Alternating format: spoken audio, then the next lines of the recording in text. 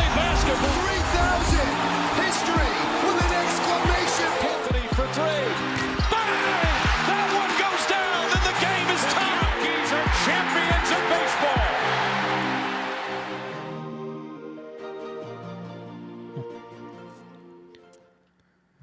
Oh my. Oh crap. Wow. That was a win that left me speechless, and I can't even talk, and I'm stuttering, and I'm struggling to find words from that, because I think you figured by now I'd learned to like not underestimate, because I went into that game thinking it's going to be an easy win, blowout win. Just the night you forget about, no big picture takeaways, because it was going to be a 30-point win for the Knicks. And, you know, Brunson, perfect game to come back because you could sit him in the fourth quarter. Ends up playing a bunch of minutes because he had to, and end up having to go back to Brunson ball. And wow, the Knicks scrape by to get their first road win of the season. So we can stop with that nonsense.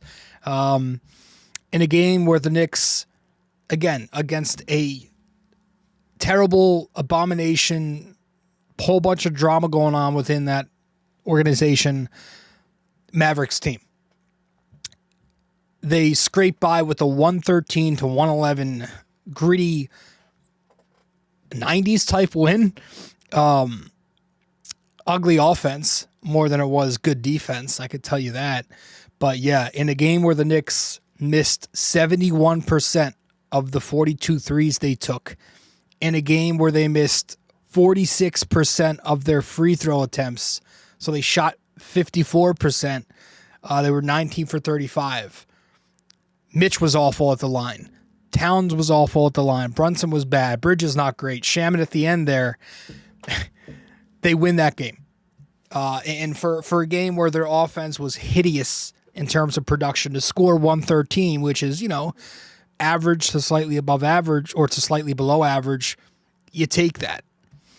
But I don't know if I want to talk about offense, at least right off the gate here. Listen, that was a performance. Again, by the numbers, they only gave up 111 points. That is not the story. If that's your takeaway,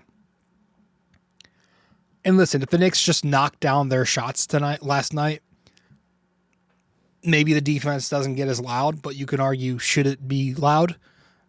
You could argue it should, because we're getting to a point where this Knicks defense is becoming concerning.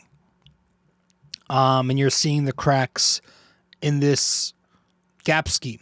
Right, they're bringing a lot of gap help, and it's very aggressive, and that remains an issue in the early on here. We've spoken about it so far this year a couple of times, but when you run a gap help scheme, the drawback from it is that you're going to yield open three-point looks. And last night, the New York Knicks allowed 44 three-point attempts to the Mavericks, and a lot of those three-point attempts were open. Okay, this is a Dallas team that averages 34 attempts per game. They gave up 44. On the season, your New York Knicks, per cleaning the glass, so they exclude garbage time, are allowing the fourth highest three-point frequency. So the percentage of three-point attempts allowed. The fourth most threes. The fifth most corner threes. So that's the drawback for when you run a gap help scheme. But again, something's always going to be given away when you do a certain scheme, right? The intent is that when you're helping in the gaps, the whole point of it is to take away the rim. It's to deter drives and to force some turnovers. But the Knicks this season, even with the aggressive help they're sending to the gaps, are allowing the seventh highest rim frequency. So that's the percentage of attempts that you allow within 4 feet. Again, that's per cleaning the glass who exclude garbage time. So the takeaway here is, if you're not elite in the area that you're supposed to be elite in because of this scheme, and you're still giving up those trade-offs, is it really worth it? And we are now, let's see, the Knicks are 9-5, so we're almost 15 games in. It's looking rough. If the Knicks are to thrive in a gap help scheme, it needs to be like the OKC Thunder. And what I mean is, if you watch the Thunder play basketball, and you watch, defense is what won them their championship last year. And it's what's probably going to win them a championship again this year, let's be honest. When you watch the Thunder play, the way they play, yeah, they do send a lot of help to the paint as well. But they are very aggressive on their long closeouts. If you watch the Knicks run this scheme, a lot of the time they are way too composed, and it leads to these short closeouts, which then lead to those open three-point attempts. We are not in an age where you can do that. We are in an age now in the NBA where everybody can shoot. Everybody who's on the floor, or most players who are on the floor, can shoot that rock. And normally, listen, I'd be fine with sending a ton of help, and I would say let's just keep riding it out. You know, let's just make adjustments on those closeouts. Make sure we make those long closeouts. But I do now wonder, because Anunoby's not going to be here for a month, maybe two, right? They're going to take their time with him. I wonder if this is sustainable without OG. Because you're seeing the Knicks start to struggle in a lot of areas defensively now. They're struggling with bigger, tougher wings without him, right? Hawkes gave them issues against the Heat. And last night, it was Najee Marshall giving the Knicks some problems in that first half. They're also very small now without him. You know, they're very small in the back, right? And because of their scheme where they're pinching in to tag the roll and to take away the paint, the issue there is a lot of the time your backside helpers are Brunson and Deuce, and now you're giving up size without actually stopping drives, and you end up surrendering the corners because you're helping in. And again, that leads to those open threes. And because the Knicks are doing lots of switching, I think last night you saw the drawbacks of that, where Dallas was doing a nice job of countering those switches, especially early in the game with Washington Jr. He was slipping the screen and kind of screening under to beat the Knicks on the short roll. He would slip it right when the Knicks were switching, got to his short roll. Obviously now the Dallas have the numbers game. He'd make the spray, and you guess it, that would lead to those 3-point kickouts. So that's the issue right now. They're not executing their gap help scheme, and it's still coming with the drawbacks on top of it. So listen, I love the way the Knicks are playing offense. They're relying on the 3-point ball, and that's the way to go today. It's modern, it's efficient, it's powerful. That's how you win. But when when your defense is surrendering 40 plus threes a night to all these types of offenses, and a lot of those are open threes, it makes it now so that you have to be knocking down your shots on the other end to win. Right? And you know, if the Knicks played an NBA team last night and not the Dallas Mavericks, it's probably a blowout loss. So the annoying part is, like, theoretically, just on paper, the Knicks should still have enough to be average defensively without OG. Like you saw in the middle of the fourth quarter last night, Mike Brown went to a lineup where it was Jalen Brunson surrounded by four defenders. It was Brunson with McBride, Bridges, Hart, and Mitch. Theoretically, especially against the worst offense in the NBA, that should be plenty enough to lock them down and get it done. The Knicks were getting ripped apart at the seams in that fourth quarter. Dallas was getting easy drives every single time down because the Knicks were making poor rotations off the dribble drive. It was a very predictable defense. There was not a lot of pre-switching going on, so you can target certain guys that way. Like Brunson was being exploited on the other end, The Knicks were doing a lot of switching last night, but Brunson has to be ready when he switches. And if the Knicks are going to be in help off the switch, you got to be in good position to not just help, but also to get out of help to close out. And I thought they were put into a blender on some of those possessions last night. Again, by the Dallas Mavericks, who don't have Luka anymore, who don't have Kyrie, don't have AD right now. They're playing G League role players. And so the purpose of like a 4-defender lineup, the purpose of those Hart and Mitch lineups are obviously to get good defense. But the Knicks weren't getting good defense, right? So you sacrifice the trade-offs offensively for the good defense you're getting. But at the same time, because you had 2 non-spacers on the floor, the Knicks were having issues getting good offense while their defense wasn't doing what it was supposed to do. How many times last night, right, where you saw Gafford, who is their 5, he's their 5 that comes off the bench, he was put onto Josh Hart, and he would help off of Josh Hart. And if that's going to happen, where they put their big on Hart, then you need to spam that Brunson-Hart pick and roll to get Brunson to switch onto the 5, onto Gafford. Instead, they did do some of it, but there was a possession where in the fourth quarter, Gafford's in low man help off of Josh Hart, who's on the weak corner, to contest Brunson's floater at the basket. Brunson misses the shot. You saw Brunson get blitzed off of those Mitch Robinson pick and rolls, right? Dallas would double the pick and roll every single time Mitch was put into action. And even early on in the game, where in the starting lineup where Cat's at the 4, Mitch is out there, Cat and Brunson were driving straight into traffic because Mitch was on the dunker.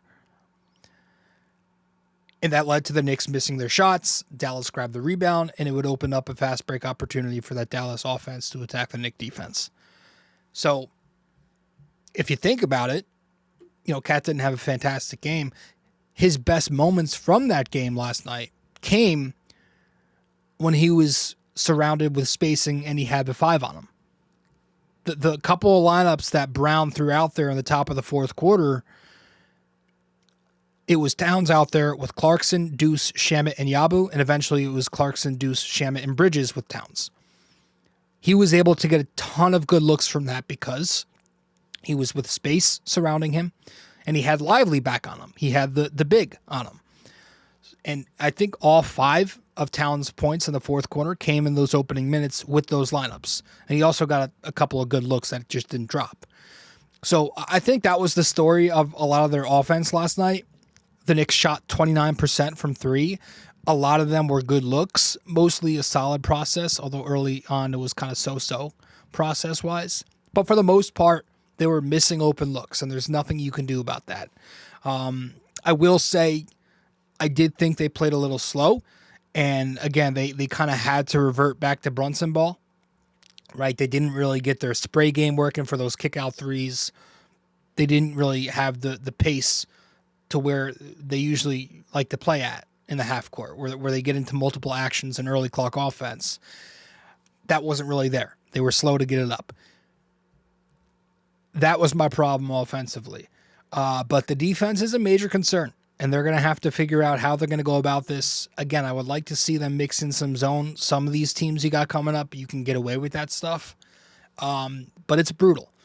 Now there are some positives because the Knicks won the game, and the guy who won this Knicks team, and the guy who won the Knicks the game last night, or one of the guys who helped win them the game, we're going to talk about when we get back from our break here in just a sec. Stay with us here on episode 929 of BD4. Be right back. Quick break here, guys. Stay connected with BD4 on social media. Follow us on Instagram and X at BD4Pod, and find us on Facebook by searching BD4. Don't miss out. Join the conversation. All right. Welcome back to the show. Episode 929 of BD4. Thank you for tuning into the podcast. Landry Shamet. Landry Shamet's been playing excellent ball this season for the Knicks. He is rewarding Mike Brown for kind of suddenly just starting to play him more minutes and making him the go-to guard off the bench. And this is after, a year ago where he was available and nobody wanted to pick him up for league minimum. Didn't think he'd make the team this year. He's here, he's getting starts, and he's playing 22 minutes per game. And so far, he's averaging 10 points, 45% shooting, 42% three-point shooting, and just under 80% at the free throw line. And he's doing it with feisty defense. But I love what I'm seeing offensively. It's not just the shot making, but it's how he's getting open. He's moving himself off the ball tremendously well. He cuts so much, and I think it's with a purpose. It's not just cutting to go through the motions, but because he cuts with intent, I think he fits perfectly in Mike Brown's system, and it's creating a lot of space. Because when you cut, you're removing help on the strong side, and it gets him open on the weak side corners. He's doing all types of cutting. Back cuts, these wheel cuts, 45 cuts, that help empty side pick and rolls. It's really helpful. And because he's such a good mover off the ball, you're seeing him mesh very well with Towns, because Towns is a really good post playmaker who finds back cutters. Right out the gate last night, Towns and Shamet ran a couple of actions together.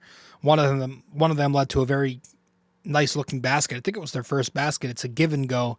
Shamet's cutting one pass away. Towns finds him. I think that initially started with the horn set, but it eventually led to a give and go between Towns and Shamet. So he's playing well with Towns, and again, scored, I think, couple of baskets out the gate there.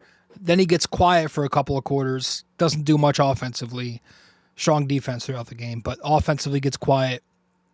And then he completely wakes up in that fourth quarter with some big-time baskets and some big-time stops.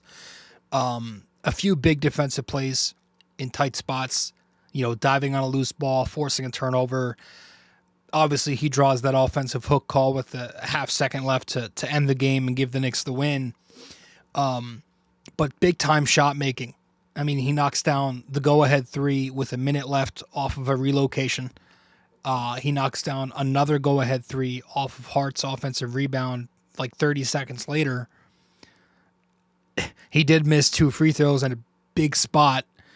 But this is what I'm talking about when we refer to the Knicks and their three-point shooting and how they shouldn't stop shooting threes simply because they're not falling. If the Knicks went the old school way and they adjusted and they started taking it to the hoop for finishes instead last night, what happened doesn't happen.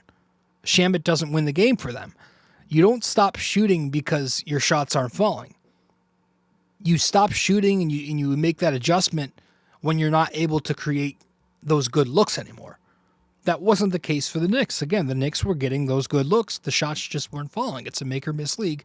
It's 50-50. That part is luck. Shamet remained aggressive despite nobody being able to find the bottom of the ocean. Gets 2 good looks out of 3, knocks them both down. So shout out to him for winning them the game there late. And again, he started last night because OG's out. He will be, I'm assuming, the starter on most nights. I guess it's depending on matchups, but he will start. But I did think the second unit was kind of lackluster. It was hit or miss. They scored 39 points. Dallas' second unit scored 54 points. But it's funny because Mike Brown, after saying earlier in the day, I believe, that he's going to lean into the young reserves more and go to his bench. Well, it was pretty much the same last night. It was Deuce, Clarkson, Hart. Yabu played more, played 17 minutes, and then Diawara got his 1 minute. Nice block. But so it was pretty much the same with Yabusele getting a little more minutes. Clarkson had a rough go at it. You're seeing the defense slip lately.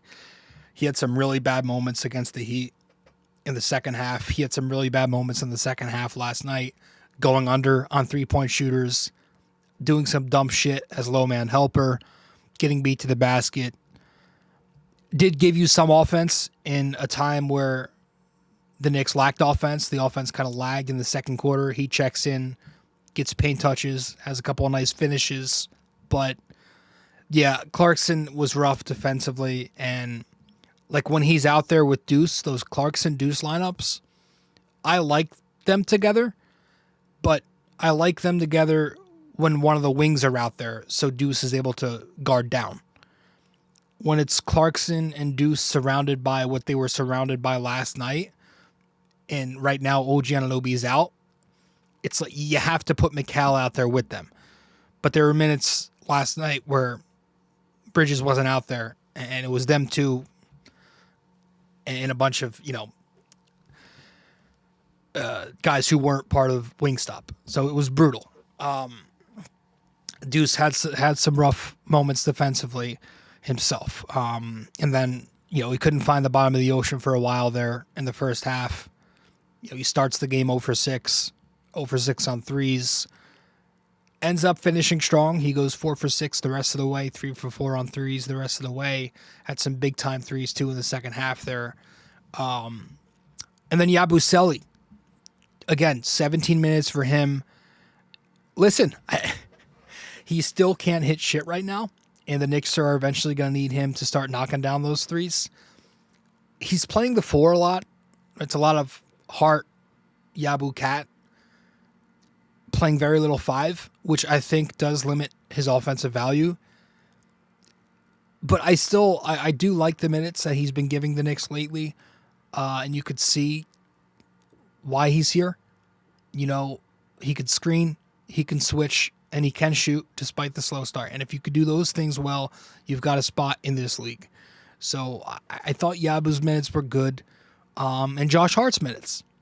And actually, Josh Hart is who we're going to hand the game ball to from off the bench.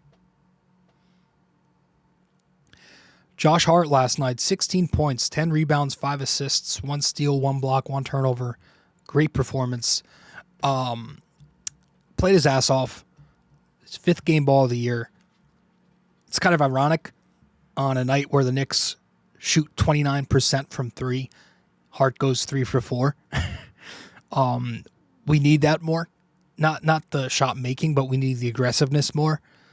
Because there were moments still in last night's game where Hart was wide open and he still chose to drive out of the space and into traffic. Can't have that happening, right? There was a possession early in the game. It was in the middle of the first quarter. Cat's got the ball. Hart's 1 pass away. Cat drives, and because Hart's 1 pass away, Dallas is able to throw multiple defenders on Cat's drive. So Cat makes the kick to Hart for a wide open elbow 3. Hart, instead of taking the shot, immediately drives with nobody in sight, misses the floater at the nail. That can't happen. When Hart is on the floor, he needs to be spacing in the corners and on the dunker spots if he's not going to screen and play the short roll. If he's not going to screen and play the short roll. He can't be spacing out above the break because it's going to allow the defense to double the drive like that. It's going to screw everything up. So if he's not spacing on the corners, and if he's not on the dunker spot, he's got to be in action screening. So Brunson can at least get that switch. Can't be spacing above the break like that. That's the issue. And if he's going to, he needs to take those shots. But unfortunately, he's not a good shooter above the break, so they need him to space out on other spots on the floor. Other than that, I did think it was a good Hart game, which is why we're giving him the game ball for the 5th time this year. Speaking of handing out game balls, let's go to the first unit. And I want to give it to Shamet. Jalen Brunson scored how many points last night? 28. Jalen Brunson gets the game ball from the starters. 28 points, 5 assists. Shoots 11 out of 23. 2 for 7 from 3. 4 for 6 from the line. So definitely some rust still there. The touch isn't there yet. Decision-making early on was not great. Got red hot in the third quarter, which I thought was massive to keep the Knicks in it. And sometimes when you're not having the best offensive night as a team, the Knicks are going to have to lean back into Brunson ball, right? Go back to the well. And it worked. He had a couple of transition finishes. He knocked down a pull-up jumper out of DHO with Cat to give the Knicks the lead. He knocked down a fadeaway jumper out of an empty side pick and roll with Cat to give the Knicks the lead. And then you like the fact that he was exploiting the D'Angelo Russell switch with Josh Hart screening, right? There was a really good play. I think it was in the third quarter. Yeah, it was in that third quarter when Brunson was hot. The Knicks are in a 1-4 spacing where you got 3 guys down there or 4 guys down there. You bring Hart up to screen. Hart's put into action to get the Brunson switch onto D'Lo. Brunson takes him on an island, knocks down a step back on the elbow. So I thought he worked really well on the pick and roll last night, Jalen. Helped the Knicks maintain enough to stay in it in that third quarter, even if he was cold in the fourth. So shout out to Hart. Shout out to Jalen Brunson. It's his 7th game ball already this season, despite missing some time. And when we get back, folks, we'll wrap it up. So stay with us. Be back in a sec. Want more BD4? Subscribe to our YouTube channel and never miss an episode. Hit that like button, drop a comment, and share with your fellow fans. Don't forget to ring that bell so you're always the first to know when a new video drops. Love BD4 but don't have the time to sit down and watch? Don't forget to subscribe on Apple Podcasts and Spotify so you never miss an episode. And if you're enjoying the show, leave us a 5-star rating and a quick review. It helps us grow and keeps the conversation going. All right, welcome back to the show. Welcome back to episode 929 of the podcast. Now, Knicks beat the Mavs. I'm pretty sure they've got today off and tomorrow off. They go back out there on Saturday in a rematch against the Magic. It's a 5 p.m. game, so that's a new one, 5 p.m. on a Saturday. I feel like we don't get that often. So they'll rematch the Magic. Be nice to win that one. It's going to be tough against a team like that, very long without Anunoby. But, you know, offense is usually the problem with the Knicks against that team because they're able to switch them. So we'll see. But with that said, let's wrap it up with our trivia question, which we have up right here. And that trivia question for tonight's episode: who was the last Knick to drop 40 points in a game against the Mavericks? All right. Who was the last Knick to drop 40 points in a game against the Mavs? So let me know the answer wherever you can reach me, folks. That'll be it for this episode. Fun win, stressful win, fun win. They won. I'll see you soon. Hey guys, thank you for listening to BD4. Be sure to follow us on social media, subscribe to us on YouTube, and give us a 5-star rating on Apple Podcasts. We'll see you next time.